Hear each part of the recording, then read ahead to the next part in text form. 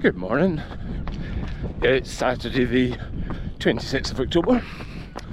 Quite a mild morning really for the end of October. I'm out for an 8k run this morning. So it's a while since I've done a running diary. It's not that I've not been running, but I've still very much been getting over my T-band syndrome. Morning.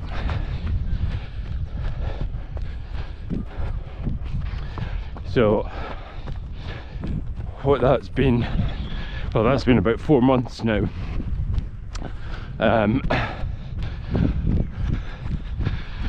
And right at the start of an IT band syndrome really kick in for me on my left.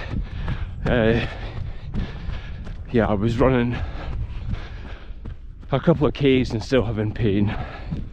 So what I decided to do was build things back up in 4-week blocks.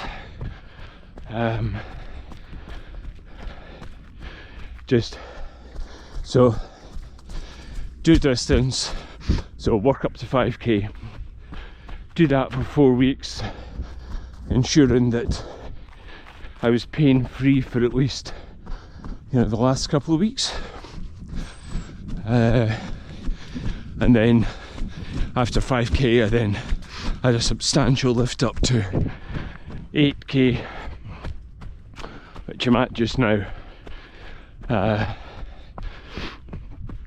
So it's been quite a few weeks I've been at 8k.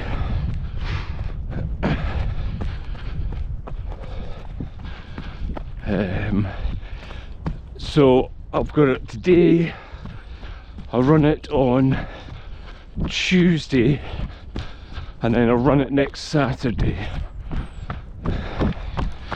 and then I'm going to step it up to 11k.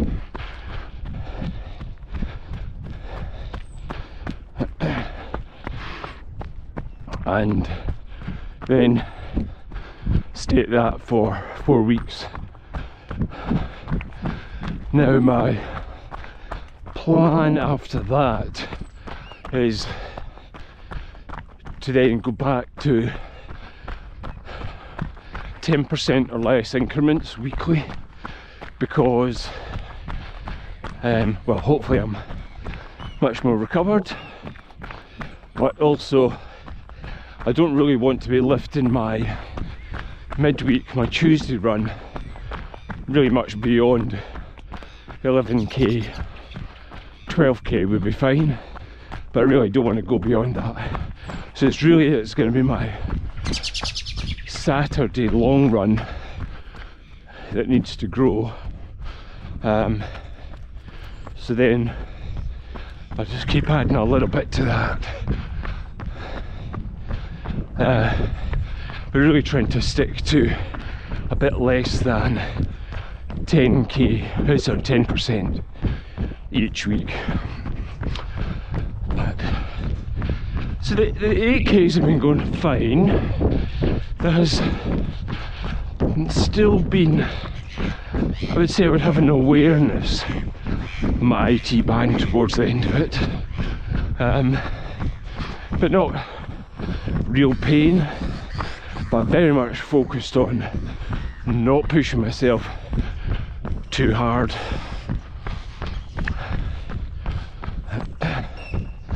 But I have to say, it's definitely a little frustrating when you want to be out running 30k to now be just doing 8 in a little local loop. However, it's better than nothing.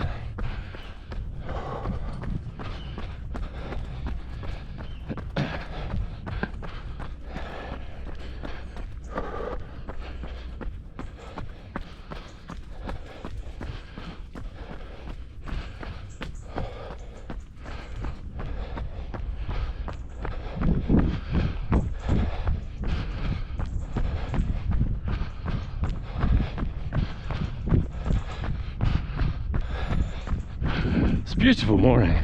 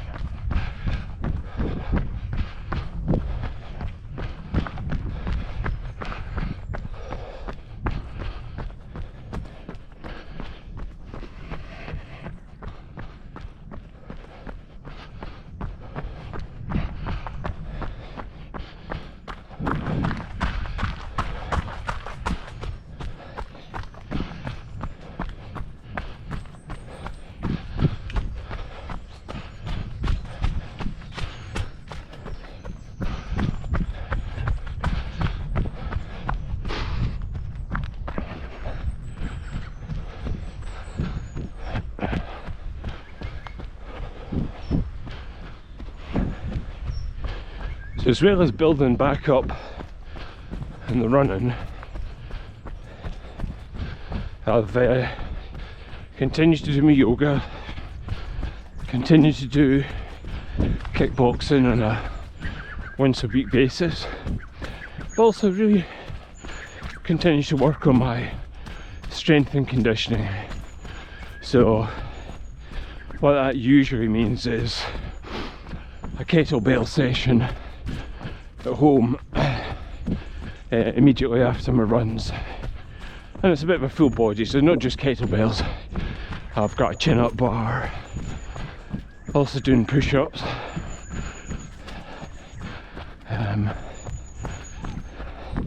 so that's, I feel I'm making a bit of progress in that. It's been a bit slow, but I'm really trying to focus on things like range of motion and quality of movement, because my objective is not really hypertrophy and large muscle growth. It's all around things like joint health, joint support, stability. So making sure I'm doing full ranges of motion, and not really having to go super heavy. So I mean, for example, when I've been doing press-ups, now I can do, I don't know, in any one set I can probably do more than 30, 40 press-ups, but I've started doing them pressing down on kettlebells, so as I can get a really deep stretch at the bottom. So what would be called the deficit push-up. Yeah, and that gives you maximum stretch at the bottom.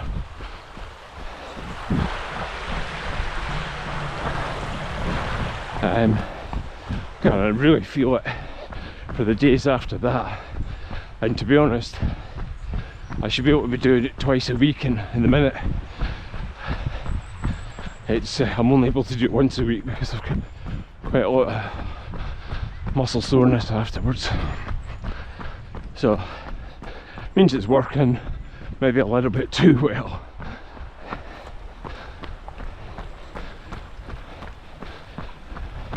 But kickboxing's going well. I've got my first grading next weekend, it should be good. I mean, I'm only going once a week, so I'm not able to progress that quickly. I'd love to do more of it because it's great fun,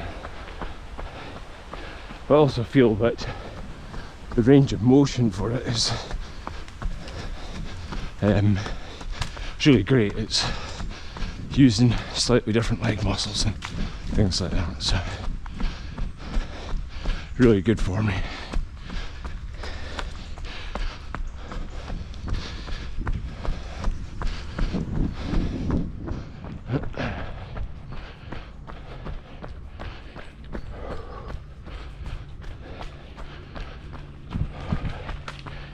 rate just a little bit higher than I want it to be. Trying to stick under 140, currently at 143. It's coming back now.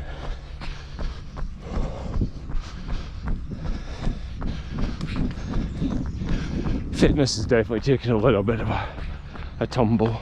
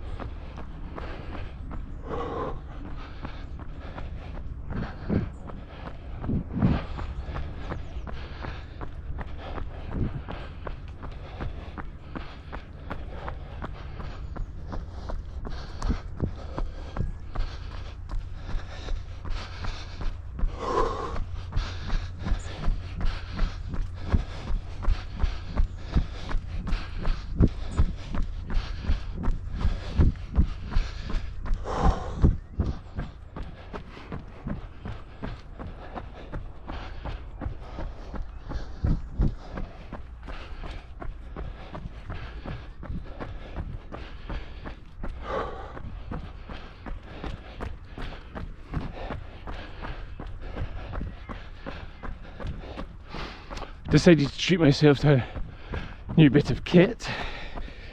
Garmin Forerunner 965. Sort of top of the Garmin running a specific range. I love the Instinct Solar, still do. I'm probably going to use it like kickboxing, for example, because the face is a little bit smaller and I'll fit better under boxing gloves. But I'm really keen to get into more of the data that the 965 provides. So it's got things like VO2 max, which Instinct Solar doesn't have. But it's the running dynamics I'm really keen on. So that's sort of left-right distribution and steps, ground contact time and things like that. Okay, so that's me back. 8 kilometers, 43 minutes, 5:18 pace. I'll share a lot more data when I get back inside and download it and understand it. There's a lot in there. I think there's a lot in there to go for. But no, it felt relatively good. Left IT band, you know, a bit of an awareness. Let's call it a 1 out of 10 in the pain scale, I guess. Yeah, I think that's probably fair enough. Maybe a 2. But certainly could have run a good bit further, but I shouldn't, and I didn't. So, on to do a bit of weights, but not overdoing it in the glute med stuff. And yeah, so okay, enjoy the rest of your weekend. Okay, so I've had a chance to look at some of the data coming out of the new watch. I thought it'd be useful to compare what I used to get with my Instinct Solar. So that's on the left hand side here, and the Forerunner 965. But let's start at the top. So these were 2 fairly identical runs.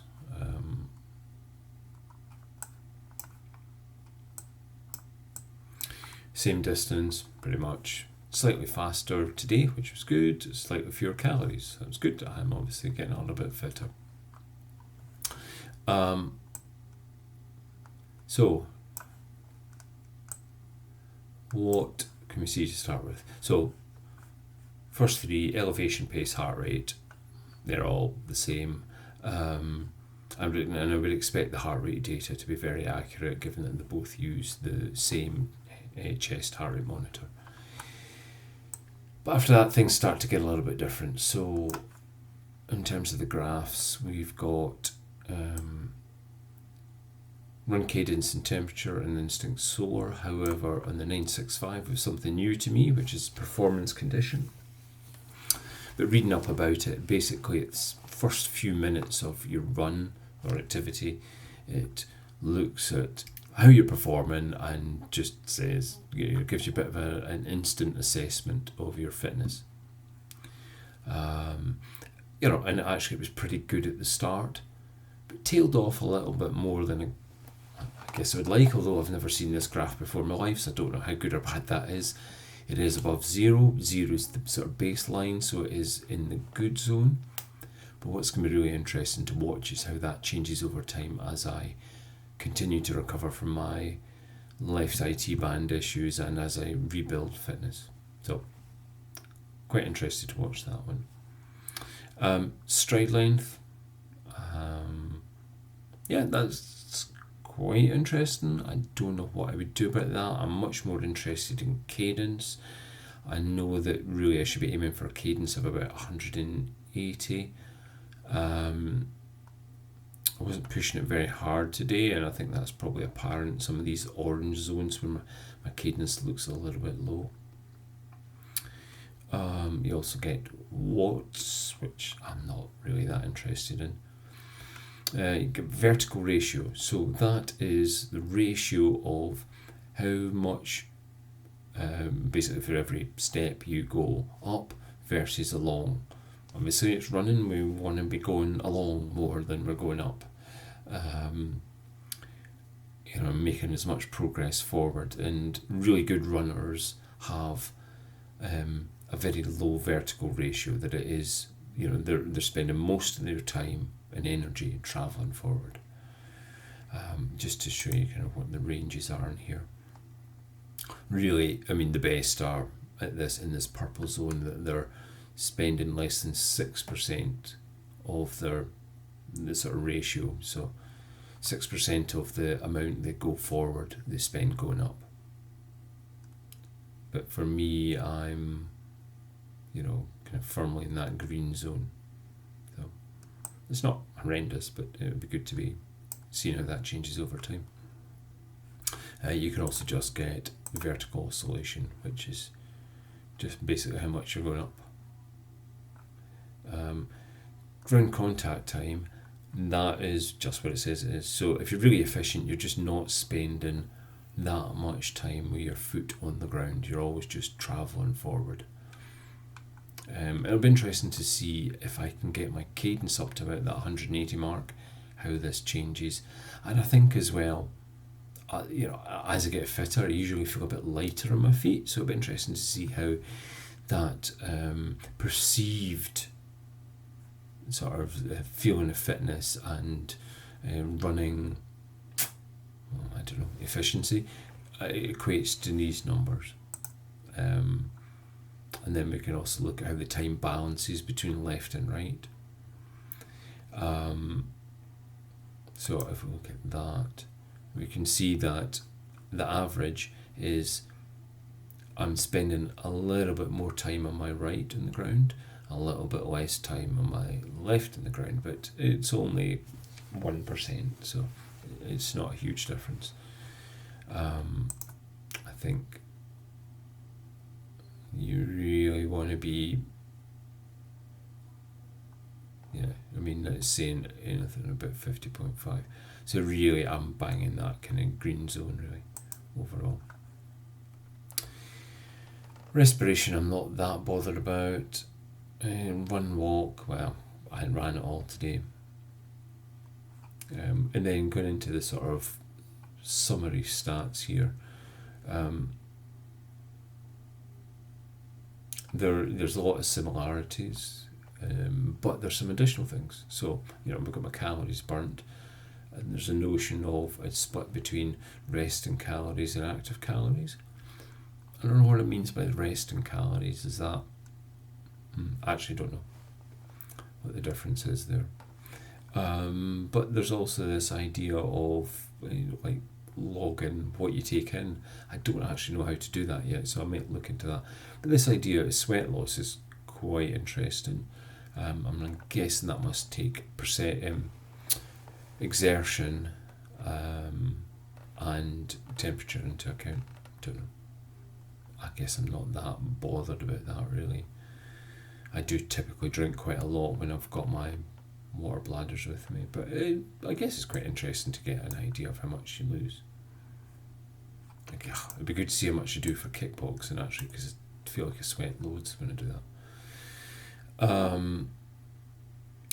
But then, we'll go into our running dynamics.